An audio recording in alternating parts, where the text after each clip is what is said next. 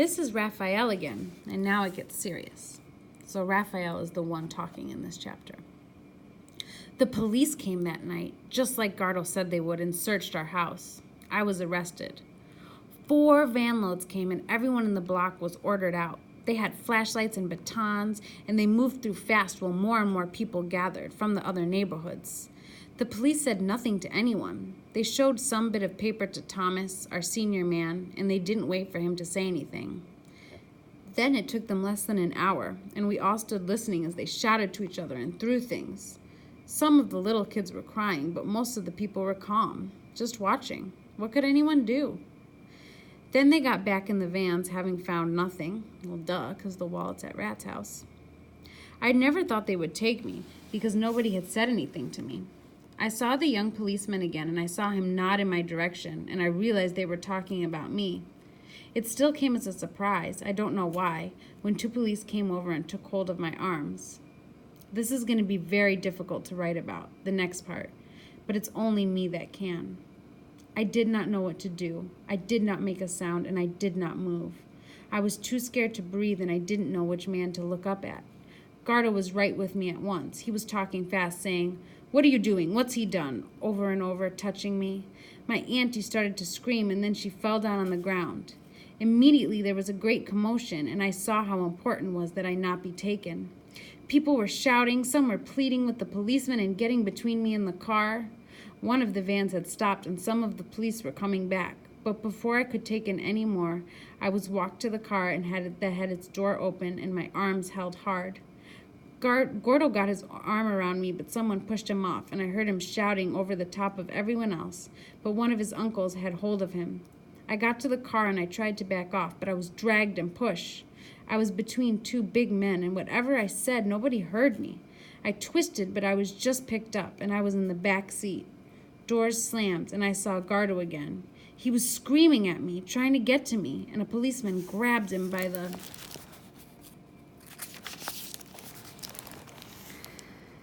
neck and threw him off. Then the car was moving and I was crying. I saw faces through the window staring at me, shouting at me, but I couldn't see anyone I knew, and Gardo was gone. I was so frightened I felt sick and I couldn't stop crying. We were bumping and rocking because the road is so rutted and the driver was going as fast as he could. There was still a crowd around me and someone was banging on the roof, and then we were through the gates and on the road. They put their siren on and we whipped through. Red lights didn't matter. The traffic police waved us on. For some reason, it didn't feel quite so bad when we were going past the stores and the roads were full of people and everything was lit up. But then when we turned off into smaller roads, there were no people, and soon there was no lights. I have never felt so lost and lonely. I could not stop crying. I said, "Where are we going?" One man said, "Where do you think we're going?" I said, "I haven't done anything, sir." The man said, "Keep still, boy. We know that." "I haven't done anything, sir," I said again. I kept saying it through my sobs. I tried to keep still like the man had told me to, but I couldn't. I was rocking backwards and forwards. All you can think of is how alone you are and how anything can happen now. A little while ago, things had felt safe and ordinary. My auntie, Gardo, the cousins, the fire, all the people around me. Now it's like falling through a trapdoor. In a second, every single thing had changed, and you are falling. Your friends cannot get to you. Nobody knows where you are, and you think, so when do I stop falling? You think, what plan do they have for me that I can do nothing about? Rat had the envelope. Rat had the ID. I wouldn't give either of them up because we knew more now. We knew about Jose Angelico, and there was a fight beginning. Ooh, I wonder what they found out about him on the computer. The streets and buildings were all gray cement colored, and we drove left, right, up, down, and came round fast into a car park, up close to a heavy-looking gate. A policeman with a dog opened it, and we drove through and down a ramp. To be going down underground was more frightening still, and I started to cry harder. I called for my auntie as well, and that is when, I will be honest, I wet myself, or peed my pants. We stopped in bright lights, and I was taken out of the car. I could hardly move by myself, and the policeman had to pull me, not because I was resisting, but because I was so frightened my legs wouldn't work.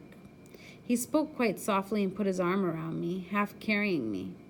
When we went down some stairs and some metal doors, We came to a corridor, and there were cells on either side of it, all with numbers. The policeman opened one of the doors, and I was put inside. The door closed, and I stood there, not knowing what to do, feeling so thick I thought I would fall over. Oh my gosh, if I were Raphael, I'd be freaking out. I thought I would fall over and die. Seconds later, the door opened again with lots of noise, and the policeman came in and told me to sit down. I sat on the floor, and I was sick. I hadn't eaten much, but it came up and went all over my knees. So he threw up, and I started crying again, and I'd never before heard the sounds that I was making. I'd never cried like I was crying then. The policeman sat on the bench, and he didn't close the door this time. I think he realized I was too frightened to be left alone and that somebody should be with me. The policeman gave me a little towel, and I tried to clean myself, but my hands would not work. Time passed. There was nothing in the cell but the bench, which was concrete. The policeman said a few things to me, just casual questions about who I was. I found that I couldn't speak as much as I tried. After a while, a man in a light gray suit came and looked at me. He asked me my name. I managed to say it, but my voice wasn't my voice. 6, he said. We'll use room 6. He went out, and 2 policemen came and lifted me to my feet. They had to almost carry me. I was taken back along the corridor, and this time up some steps instead of down. We climbed high and then past some offices with policemen working in them. Nobody looked up. We turned some corners, and I remember a signboard with pictures of the beach, and there was a list of names. I saw a clock, and it said 2:20. Oh my gosh, 2:20 in the morning. Then we went to a room with a number 6 chalked on the door, and there was a metal table with a man in a suit sitting at it, having got there ahead of us. Behind him standing was the important police officer who had first come to Bahala, the rough guy with the smashed nose. Behind him was a window, and next to him was a third man in shirt sleeves, bald and sweaty and angry and tired looking. I was put in the chair. Oh, I wonder what they're going to do to him. Raphael, said the tired man. Raphael Fernandez? You know where you are? I shook my head. You're in Ermita Police Station. You know why you're here? I shook my head again and tried to speak. Nothing came out. We need the bag you found, said the policeman. There was silence then, and my throat was so dry I had no idea what my voice would sound like if I managed to say something. But I tried, and the words came from somewhere. I didn't find a bag, sir, I said. Still, I didn't recognize this voice that was coming out of me. This isn't going to end, Raphael, until you give us the bag. I didn't find a bag, sir, I said. I had to make myself a child, just a terrified, foolish child. I promise, sir, I swear. A cup of water was put next to me, and when I tried to pick it up, I spilled it. I started to cry again, and I wanted to go to the toilet. The tired man waited while someone mopped up the water.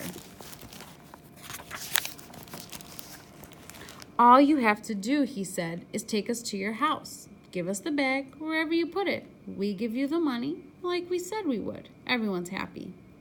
I managed to look at him. I swear to God, sir, I swear on my mother's soul, I did not find a bag. I found money. I found 1,100 pesos, that's all. You found money? Yes, sir. So you did lie. You did find something. Yes, sir, I did. Where did you find it? By belt number 4, Thursday afternoon. I was lying. I didn't want them to know where I'd been. The problem is your own lies can trap you. The man in the gray suit was writing things down. Who were you with? Who saw you? Nobody, sir, I was... That's a lie, said the policeman, and he came at me from the side. I don't know where he hit me or what he hit me with, but I was knocked to the floor. My chair turned over and the side of my face was split. Oh, that sounds so painful. I fell badly and my wrist was bent under me. I wonder if it's broken. And I saw him standing over me and thought he was going to start kicking. I screamed, "No, no, no," over and over again and tried to get under the table. The policeman didn't kick me. He reached down, grabbed me, and then him. Maury Caba, if you are in the building, please report to Miss Perry's room. Maury Caba, please report to Miss Perry's room. Thank you. The police didn't kick me. He reached down, grabbed me, and then the man in the suit lifted me up by the hair and the arm, and I was put back in the chair. Someone had me by the hair still. I was with Gardo, I shouted. There was blood in my mouth. Just my friend. But I didn't give him money. He didn't see me find it. I'm sorry. I was with Gardo and I found some money. I did not. I started to sob. I did not find a bag. Wow, Raphael's pretty brave to be lying to those cops right now. And the shoe, the policeman said behind me, he was the one holding my hair. What about the shoe? I didn't find a shoe. I was lying, I cried. I tried to wipe my face, but it was all blood and snot, and I was slapped again hard so that the lights went flashing. I found the money, I shouted. I didn't want to. I was panting for breath, and I started to sob.